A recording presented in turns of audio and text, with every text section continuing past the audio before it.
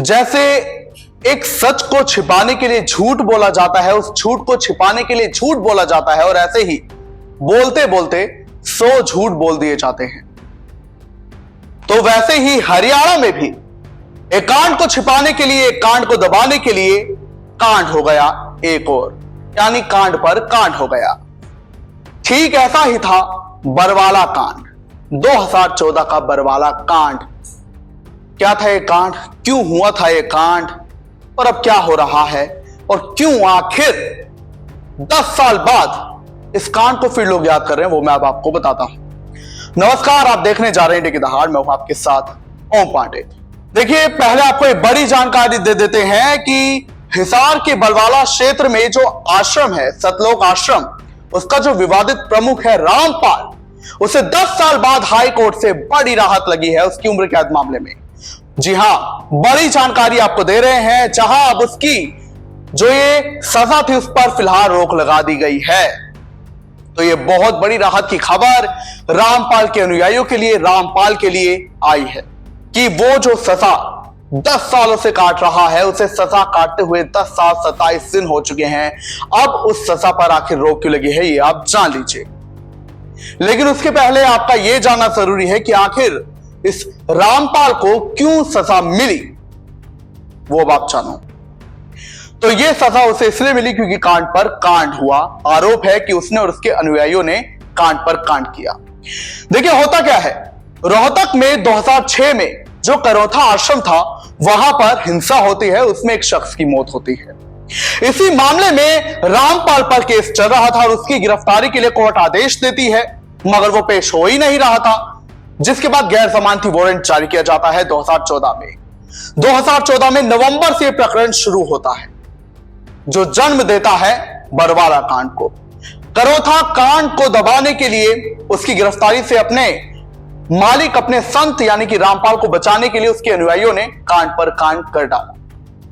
2006 का करौथा कांड, उसके बाद उसी कांड ने करवा दिया बरवाला कांड। तो आपको बता दें कि इसी बरवाला कांड की जो कहानी है, किस्से हैं और टाइमलाइन है, वो नवंबर से शुरू होती है, नवंबर 2014 से, जब उसके खिलाफ जो है कोर्ट गैर जमानती वारंट जारी करता है। क्यों जारी करता है? क्योंकि वो बार बार पेश नहीं हो रहा था। उसके अनुयायी ये कह रहे थे कि वो भी अस्वस्थ हैं, हम उन्हें जो है कोर्ट में पेश नहीं कर सकते। उसके बाद हाई कोर्ट सरकार को तगड़ी फटकार लगाती है, सरकार प्रशासन दोनों को लपेटे में लेती है, जिसके बाद हरियाणा में सबसे बड़ी पुलिस कार्रवाई अब तक की होती है। जी हां, बरवाला कांड में जो है हरियाणा की पुलिस की जो कार्रवाई हुई, वो अब तक की सबसे बड़ी पुलिस कार्रवाई मानी जाती है, जिसमें लाखों की संख्या में सुरक्षा बलों को तैनात किया गया था। आपको बता दें कि जब करौथा कांड में जो है इसे गिरफ्तार करने के लिए आ रही थी हरियाणा पुलिस, तो इसके अनुयायी घेर कर बैठ गए आश्रम। वहां अपने बाबा जी को उन्होंने अपनी सुरक्षा घेरे में रख लिया कि हम बाबा जी को नहीं लेके जाने देंगे। उसके बाद ऑपरेशन संवेदी शुरू होता है। 10 दिन ये ऑपरेशन चलता है। नवंबर में ऑपरेशन शुरू होता है, 18 नवंबर से, क्योंकि वो कोर्ट में पेश नहीं हो रहा था, सरकार को फटकार लगी, तो पुलिस ने टीम बनाई, ऑपरेशन संवेदी किया। 18 नवंबर को जो है पुलिस आश्रम का घेराव कर लेती है। बरवाला में सतलोक आश्रम था, वहां पर लाखों अनुयायी मौजूद थे, और इसी दौरान एक बड़ा ही कायराना किस्सा सामने आता है।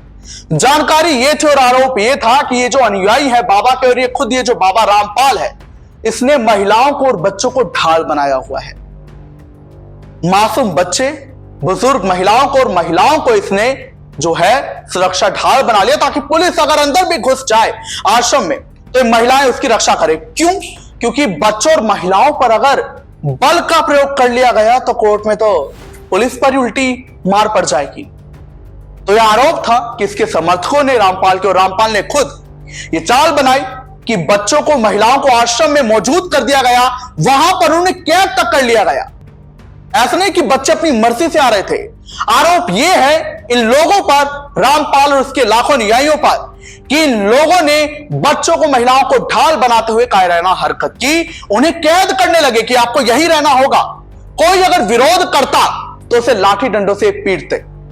और ऐसा ही हुआ था 18 नवंबर के दिन, जहां पुलिस जब इस बाबा को पकड़ने के लिए आश्रम में पहुंची तो वहां पर अनुयायी घेरा बना के बैठे थे, बच्चों और महिलाओं को सुरक्षा ढाल बनाए बैठे थे ताकि पुलिस बल का प्रयोग ना करे। और इसी कड़ी में 19 नवंबर को भी ऑपरेशन चलता है और आखिरकार 20 नवंबर 2014 को इसे गिरफ्तार कर लिया जाता है। लेकिन ये जो ऑपरेशन चला इसमें परेशानी बहुत हुई और इसी बीच नवंबर में ही इसी घेराव में हुआ क्या, ललितपुर की एक महिला रजनी की मौत हो जाती है। आपको बता दें कि एक शख्स जो कि यूपी के ललितपुर का रहने वाला था, उसने केस किया था बाबर के अनुयायियों पर कि उसकी पत्नी रजनी की इन लोगों के कारण जान चली गई। आरोप है कि जब वो अपनी पत्नी और अपनी दादी को लेकर आश्रम पहुंचा तो वहां पर बाबा के अनुयायियों ने उन्हें घेर लिया और कहा कि तू अपनी पत्नी और अपनी दादी को नहीं लेके जा सकता, ये हमारी ढाल है, ये यही रहेंगे। उसने विरोध किया तो उसे लाठी डंडों से पीटा गया, मारपीट की गई और ये जो टकराव हुआ समर्थकों का पुलिस के साथ तो काफी भिड़ंत हुई, बहुत ज्यादा हंगामेदार ये सीन उस वक्त रहा था ये बरवाला कांड का। और इसी बीच होता क्या है, ये जो महिला थी इसकी अस्पताल में मौत हो जाती है। और आपको बता दें कि ये जो महिला थी रजनी और इसकी दादी और इसके पति को पुलिस ने बड़ी मुश्किल से, पुलिस के कमांडो ने बड़ी मुश्किल से अनुयायियों की भीड़ से बाहर निकाला था, लेकिन अस्पताल में इलाज के दौरान मौत हो जाती है। जिसके बाद इसे गिरफ्तार तो कर लिया गया था रामपाल को और 11 अक्टूबर 2018 को इसे उम्र कैद की सजा सुनाई जाती है करौथा और बरवाला कांड मामले में। तो 2 मौत के मामलों में से सजा मिली। इसके अलावा इसके जो लाखों अनुयायी थे इन पर देशद्रोह, इसके अलावा टकराव पैदा करने और पुलिस की कार्रवाई में सरकारी काम में बाधा डालने और अवैध कैद करने जैसे कई मुकदमे दर्ज हुए और बाबा के साथ 29 और लोगों को दोषी करार दिया गया और उम्र कैद की सजा सुनाई गई। फिलहाल 13 लोग इस मामले में ऑलरेडी जमानत के साथ जो है बाहर हैं, लेकिन अब बाबा को भी राहत मिली है क्योंकि हाई कोर्ट ने कहा है कि अभी फिलहाल जो है अभियोजन पक्ष है उसका समर्थक जो पीड़ित है यानी कि रजनी के परिवार वाले वो खुद नहीं कर रहे हैं, तो अभियोजन पक्ष जिसने अपराधियों के खिलाफ शिकायत की हुई है, अपील डाली हुई थी कोर्ट में, तो कोर्ट ने कहा कि अभी खुद ये जो अभियोजन पक्ष है इसका समर्थन रजनी के परिवार वाले नहीं कर रहे हैं। इसके अलावा उन्होंने कहा कि ये जो रामपाल है उसकी उम्र 74 साल है, ये ऑलरेडी 10 साल 27 अगस्त की वास्तविक सजा काट चुका है।